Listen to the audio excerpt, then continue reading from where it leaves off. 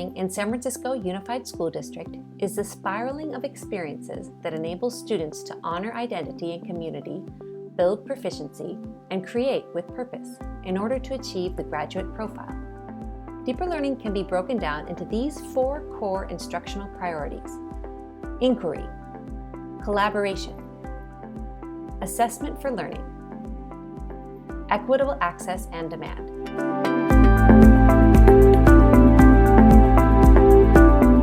One way that kindergartners collaborate in my class is through giving each other feedback. So I taught this specific feedback routine to sort of help them do that with their own writing and with their peers' writing. So today, Jaziel is our busy bee. So we're going to look at Jaziel's writing.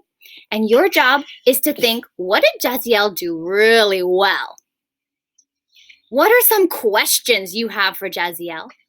And what is something that maybe Jaziel can do to make his writing even better? So Jaziel, do you want to turn your sound on and tell us what this writing's about? It's about my sister and me riding our bikes together. Awesome. Does anyone have any questions for Jaziel? Anything that you want to know about his writing? Yeah, Kat, what questions do you have for Jaziel? He did draw really good at this, but he made the yellow to write into. We cannot see it because this is kind of too bright. So Ka, that was some great feedback, a compliment and some feedback. So Ka said that maybe you can use a darker color. Do you think that would help us see it better? Yeah. And I'll do that next time and I'll draw it. I love it. Feedback and self-reflection are really important to me because I feel like it helps my students see their work and their learning as a process and helps them understand their strengths and challenges better, which then leads them to make choices about their learning and what they want to work on.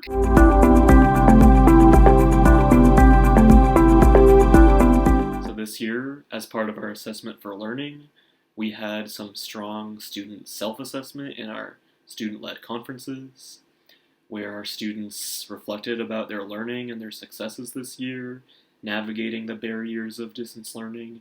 The SLC helps me take responsibility for explaining how I'm doing in school instead of waiting for a teacher to say how they think I'm doing in school. Well, something that made it hard this year was learning online still, because we thought that I was going to go back, but I actually never did. One thing that I appreciate about myself from this year is the way that I learn, because if I wasn't like paying attention or something in class, or if I didn't have a computer, then I couldn't like learn.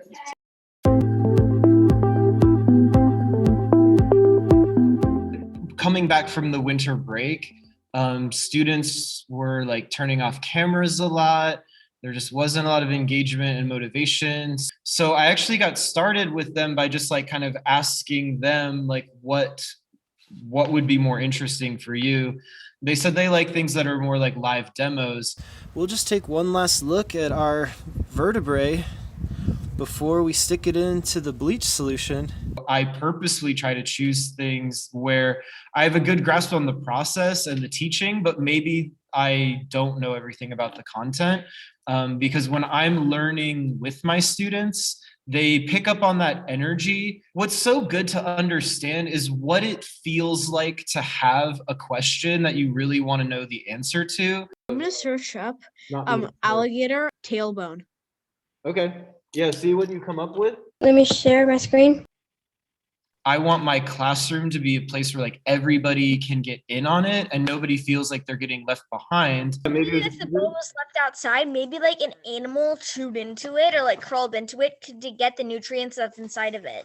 Like that's my favorite part of anything with learning is sharing with other people, and then usually that hopefully will generate more questions to explore, realizations you never thought were possible, and then all of that is just to me like excitement.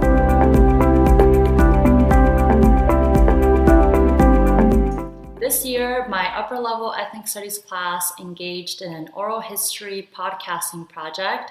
Students interviewed a community member about a topic of their choice and then transformed their interview into a podcast for a wider audience.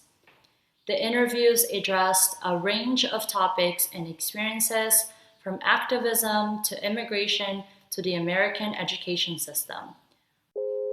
Welcome to La Lucha Eterna.